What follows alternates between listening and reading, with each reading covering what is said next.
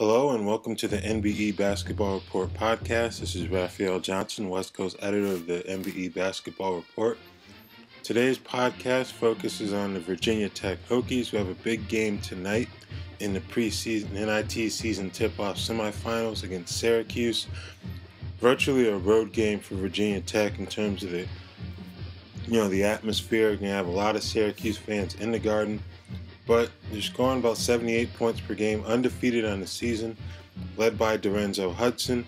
Eric Green's expected to play tonight for the Hokies, and on this occasion is able to catch up with Mathew Worner, Virginia Tech blogger for SCACCHoops.com, talk all about Virginia Tech basketball, some of the coaches he grew up in the same area as in North Dakota, and a little Commonwealth Cup as the Hokies take on rival Virginia in football on Saturday, with the winner moving on to the ACC championship game. Thank you for listening, and I hope you enjoy.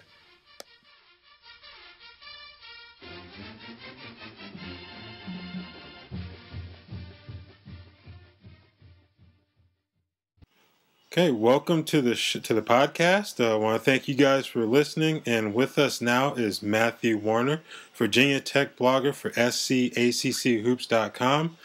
Matthew, how you doing today? And would you care to introduce yourself to the people? I'm doing great, man. I'm also Hokie Guru on Twitter. You can find me there. Let's see. I'm originally from Mayville, North Dakota, so I went to undergraduate school at Mayville State University, a small NAIA school in Mayville, North Dakota. The city's about 2,000 people, and I went to graduate school at Virginia Tech at Georgetown University. Okay. My hometown and undergraduate alma mater, surprisingly, and there at small Mayville, North Dakota, has been a breeding ground for great coaches. Lute Olson, of course, you know him. Yeah. He was at the University of Arizona and won a national championship there at the University of Arizona. And Phil Jackson, of course, who everybody knows who Phil Jackson is, the coach of the Chicago Bulls. And more currently, we have folks like Ben Jacobson, the head coach at the University of Northern Iowa Panthers. He was my next door neighbor. Okay. And he was an assistant at North Dakota State University under Greg McDermott, who's now at Creighton University. And Tim Miles was the coach of my undergraduate alma mater, Mayville State. Like I said, it's a small NAIA school, and he took the job at North Dakota State when Greg McDermott left to take the job at Northern Iowa. So you see this coaching thing is all a big fraternity. And of course, you know that. Yeah. I mean, you've covered college hoops for years. Ben got the job at Northern Iowa when Greg McDermott took the job at Iowa State, and Tim Miles, who had a good season in his fourth year at North Dakota State, was subsequently offered that job at Colorado State. Yeah. So, I think the one thing you can see about all those three men is they're program builders, high character guys, and all that stuff. And what do they have in common? I mean, it's too cold in North Dakota; they want to get out. Yeah. So, it's So anyway, I guess that's a little bit about me. Okay. I guess Mayville, North Dakota, in a sense, can be the cradle of college basketball coaches. Yeah, that's right. Yeah. Miami of Ohio, the cradle of college football coaches. So. That's right. It's so cold they want to get out. I think that's the key. We want to get to warmer weather. Yeah. Can't really blame me this time of the year. But, it's having to get back there, and it's going to be snowing. It's going to be snowing when I get back in December. I think they've already had a few. Yeah. They've already had a few inches there back there and everything. But I'm really looking for. And I'm so happy college hoops is back. Yeah. Yeah, I definitely hear you there. Virginia Tech, big football game on Saturday, but Wednesday night, a huge opportunity. The nightcap of the preseason NIT semifinals. They play Syracuse, Madison Square Garden. Pretty much be a de facto road game for the Hokies. So let's get into talking about the Hokies. First off, Malcolm Delaney moving on to the professional ranks. How have they adjusted in your eyes? Have they done a good job thus far? Coach Greenberg. It might be a little too early to tell how we've adjusted without Malcolm Delaney. He was there for 4 years, so you knew what you were going to get out of him 95% of the time. He's a guy that would get to the free throw line when you needed it. He was an excellent shooter.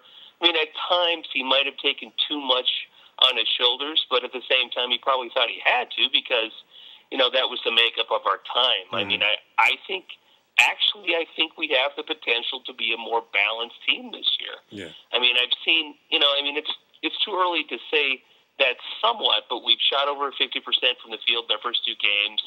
And, that wasn't something that we've done in the past, even against more undermanned teams. That didn't happen too often, didn't happen too often with the Hokies last year, So, I mean, I think you're going to see more balanced output from the team this year.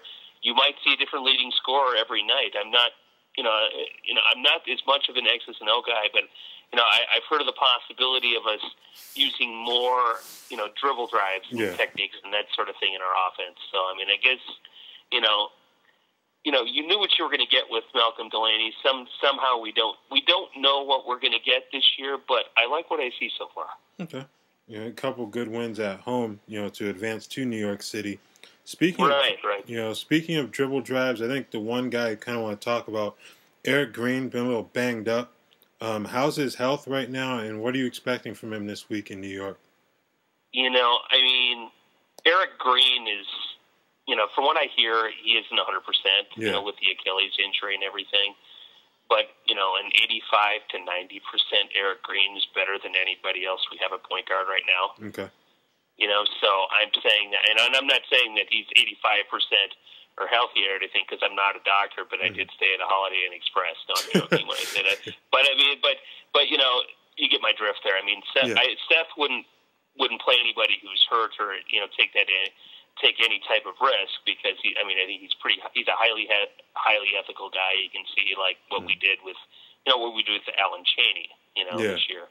Him not coming back. So, I mean, Eric Green's going to run the point guard for the team. He's our best option. He doesn't turn the ball over. He can break down the defense. He plays great defense, and he can score. He's our floor general. He's the team leader. We can expect that he'll be out there. He's the guy that's going to say, okay, everyone remain calm. We're still in this game. That sort of thing. Yeah. So, I mean, you can bet he's going to play. Will he be effective? I mean, they really don't leak much out on injury information, or talk about. I mean, they kind of keep it really close to the vest until the day of the game, and then they say, "Oh, we'll decide at game time" or something like that. But I pretty much think he's going to be out there on the court. All right. Another important leader for the Hokies is Dorenzo Hudson. Redshirt last year for injury reasons. He's back, and I think he's been playing well to start the season. What's the difference you've seen in Dorenzo, say from 2 years ago, and can he be the lead guy for this team offensively? Well, I think for the Hokies to be successful, I think he has to be the number one guy, and I think he can be that. And as you said, I mean, I think he really needs to return to his 2009, 2010 form. I mean, I see some, obviously, his great strengths. He's a great shooter. He's a defender, and he can move up the court really well. I've seen him this year, at least in the first couple games, like he's almost like a coach out there with the young guys on the floor. So I mean, it would be awesome if he had more, of an aggressive move to the basket, like beating somebody off the dribble. Yeah. I mean, I don't think that that's necessarily going to be his role. I mean, I think Jarrell Eddy and Dorian Finney-Smith are going to be doing that. I mean, this is the first time I've said this in a long time. Like I've said before, I mean, he's going to be an offensive weapon and all that stuff, but, we may not have a usual leading scorer. Robert Brown, in my opinion, is the best pure shooter on the team. He could be a leading scorer on a couple nights. So could Jarrell Eddy, who has a really sweet jump shot. And Dorian Finney-Smith is certainly capable of that, but I don't think you'll see him doing that there. And he's somebody who makes everybody better around the team. So, I mean, I do think Dorenzo Hudson can get to that point where, you'll look to him as the number one option, so. Yeah, speaking of Finney-Smith, he's one guy I kind of thought was robbed by the McDonald's All-America Game Selection Committee, but to be fair, another guy I thought Rob quit his team up at Oregon this weekend, so maybe I should kind of keep that quiet, so as not to jinx the Hokies any. But, touching on Finney-Smith, what's impressed you about the freshman, thus far?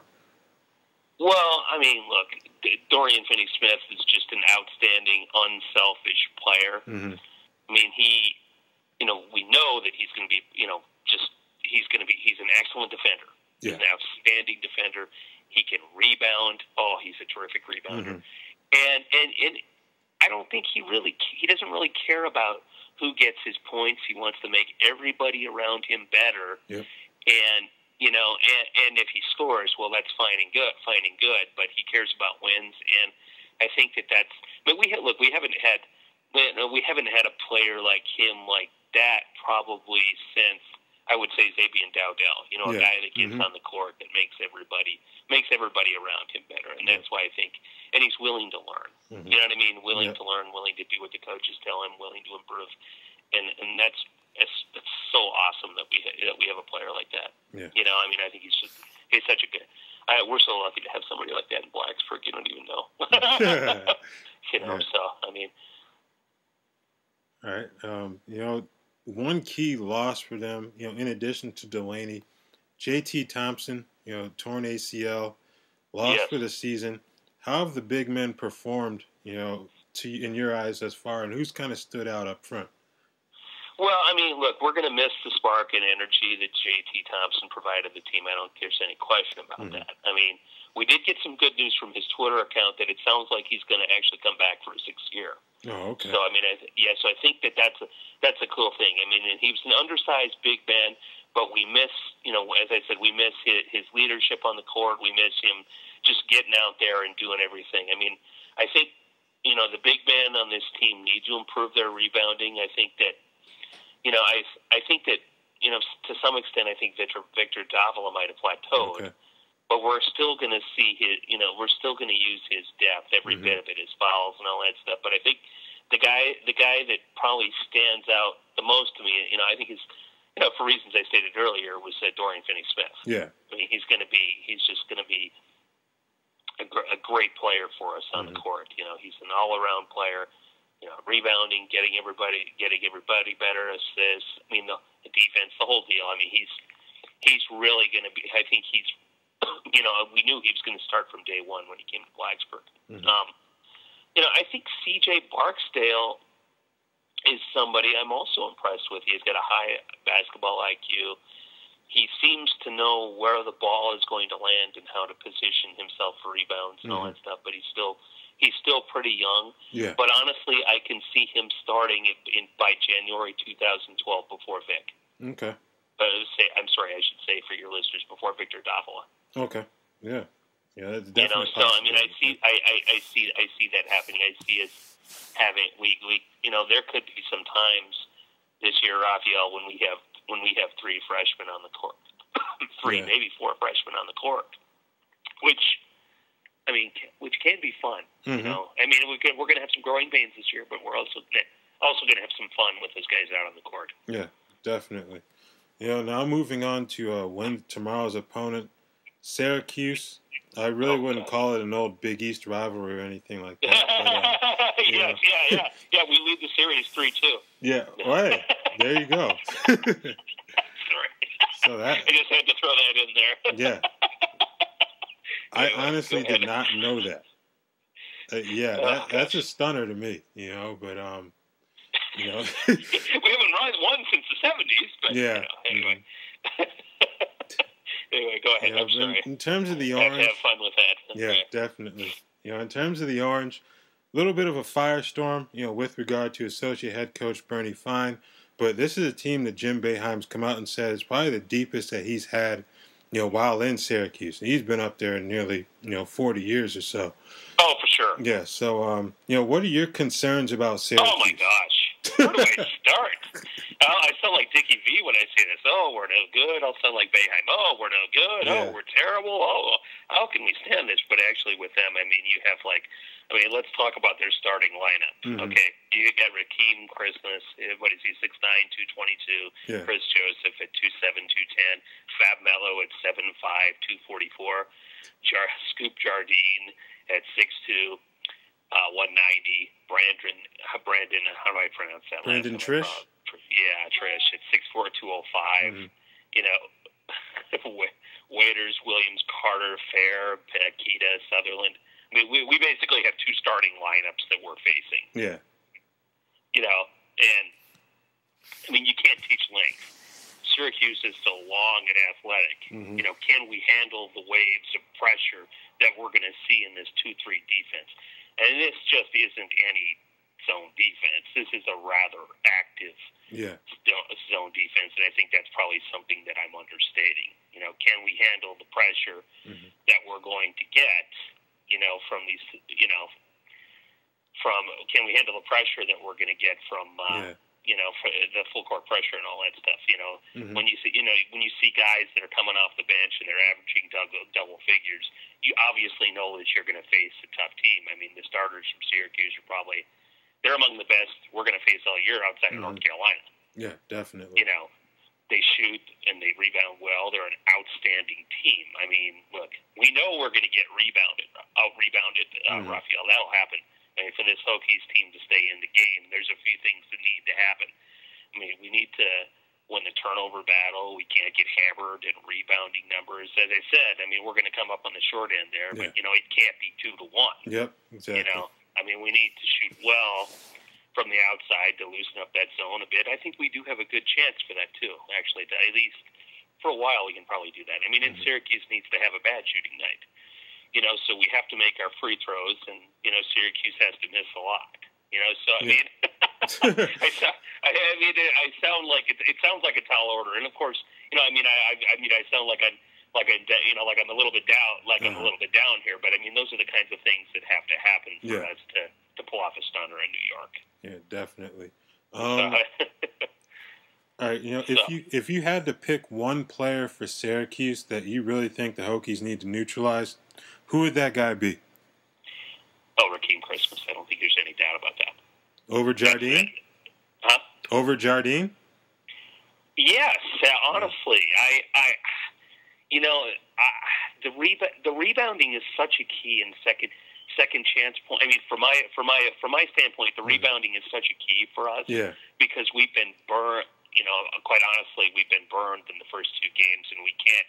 If you've watched our first couple of games, you've noticed that people are getting rebounds it sickens me from the free throw line. You know, any type of thing, and we can't have that happen to us. We have to stop second chance points. Yeah, that's so important for us in this game.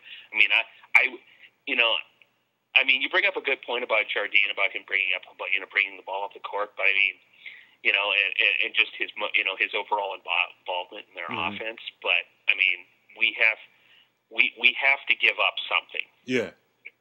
And if we have to give up something, we have to give up.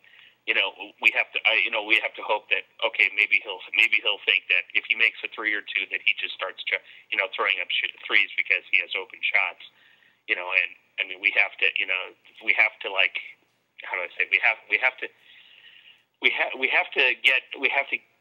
maintain the rebound. The rebound disadvantage. Stay within distance. as low a number as possible. Stay within striking. I mean, that's the kind of the way I see it. You know, because we're not a big team in the post to begin with, so we have to give up something. All right. You know, it definitely sounds good. You know, what's your prediction for the game? You know, how do you see it? You know, the final score or just a straight up winner if you want? Well, no, look, I mean, man, I think Syracuse is going to win. And I think they probably will win by about 15 or so, maybe 18 points. I mean, I can always call 1 or 2 upsets a year, Raphael, but this isn't going to be one of them. I think, you know, if you're looking for an upset later in the year, you can pretty much bank on one of Duke or North Carolina because we can pretty much hang our hat on that. Yeah. But I don't think that this is going to be one of them. I think I would be pleasant if we could somehow stay within 10 points. I'd be very happy with that because this is a really young team, and we're matching up against a team that potentially puts 10 players on the court. Yeah, and you know there aren't a lot of teams that can do that. You know, I mean, this is a top 5, top 10 team perennially. You know, so and we're still building our program in Blacksburg. Yep. You know, so I mean, it'll take a while. It'll take a while to do that, but I mean, I'm happy that we're in New York, and I think the guys will play. They'll play hard, and they'll play. They'll give it everything that they have. Yeah. So. Yep, definitely sounds good. Before we let you go, is there anything new you guys have going up on the sites? Virginia Tech basketball related, other than recaps and previews. Nothing else for now. We might do a couple of roundtables before the ACC season. Okay. I thought you were going to ask me about the Commonwealth Cup. Oh, well, we can talk about that too. Oh yeah, We're winning.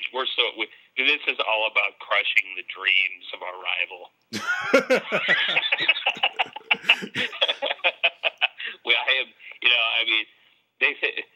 They think they have something going on this year, and we have to stop that completely. Yeah. We have to crush any hopes and dreams that the University of Virginia has. Oh, wow. So we need to win that game. No. As I talk seriously, I think Mike London has done a good job. Yeah, definitely. He's done a good job rebuilding that program. And I quite honestly, I think they're a year ahead of where everybody thought they would be. Mm-hmm. I don't think anybody had them going down beating Miami or Florida State.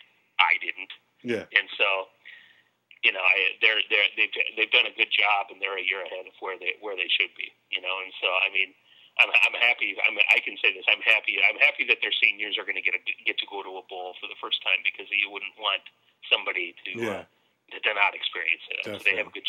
I can say that with my objective hat, even though I want to crush them on Saturday more than anything. Yeah, can't blame me there. I guess looking at the Coastal Division, it's probably going to set up to where this game means a lot more as the years wear on. You got North Carolina and Miami probation. Georgia Tech always a fly in the ointment, I guess you'd say, and then Duke is Duke in football. So, I guess this is a harbinger of things to come in the ACC Coastal, huh? It really could be interesting. It could be interesting over the next couple of years. I mean, it is cool that that our game decides who gets to go to the ACC championship game. So yeah, I think you're right. I think both teams are going to be. Both teams are going to be better better in the next couple of years. I kind of liken the ACC's Coastal Division to what the SEC West is. Okay. Our side is so much better top to bottom, I think, than the other side. Mm-hmm. And so it's so much more. I think it's so much more competitive. So yeah. But I'm looking for. I'm going to the game. I am going to the game. I am taking the day trip to go down there to the game. Mm-hmm. It's the first game that they've sold out all year in Charlottesville, which tells you there's going to be a lot of Hokies there, right? Yeah, definitely. So it should be fun. I'll make sure that I tweet pictures there when I'm at the game. But it should be a fun game to be at, and I think the governor's going to be there. People. So it should. People that are running for senator are going to be there, so it's going to be a pretty packed. It's going to be a pretty packed stadium. I think we actually have some decent weather for Saturday. We're going to be in the. I think we're going to be in the low 60s here, which is pretty good for Thanksgiving time on the East Coast. Definitely is good. All right, so we'll go ahead and wrap it up. Matthew, just want to say thank you again for being willing to come on and talk Virginia Tech basketball, a little football as well. Best of luck tomorrow night as well as this weekend in the Commonwealth Cup. Thank you so much, and I appreciate you having me on the podcast. All right, take care. Okay, bye. All right, so that wraps up another podcast on the NBE Basketball Report. Once again, I want to say thank you to Matthew for coming on to the show. Other games tonight, we got the finals of the Maui Invitational, Duke and Kansas. Third place game be interesting to watch as well, Michigan, UCLA. And also the first semifinal of the night from New York, Stanford and Oklahoma State. Cowboys needed a Reggie Miller-like performance from freshman Cesar Guerrero in the final seconds of regulation, to take that game against UTSA in overtime, which they ultimately won, obviously. Looking forward to seeing Guerrero as well as LeBron Nash on that Madison Square Garden stage. So some fun games on the schedule tonight. Happy Thanksgiving, and thank you for listening. Take care.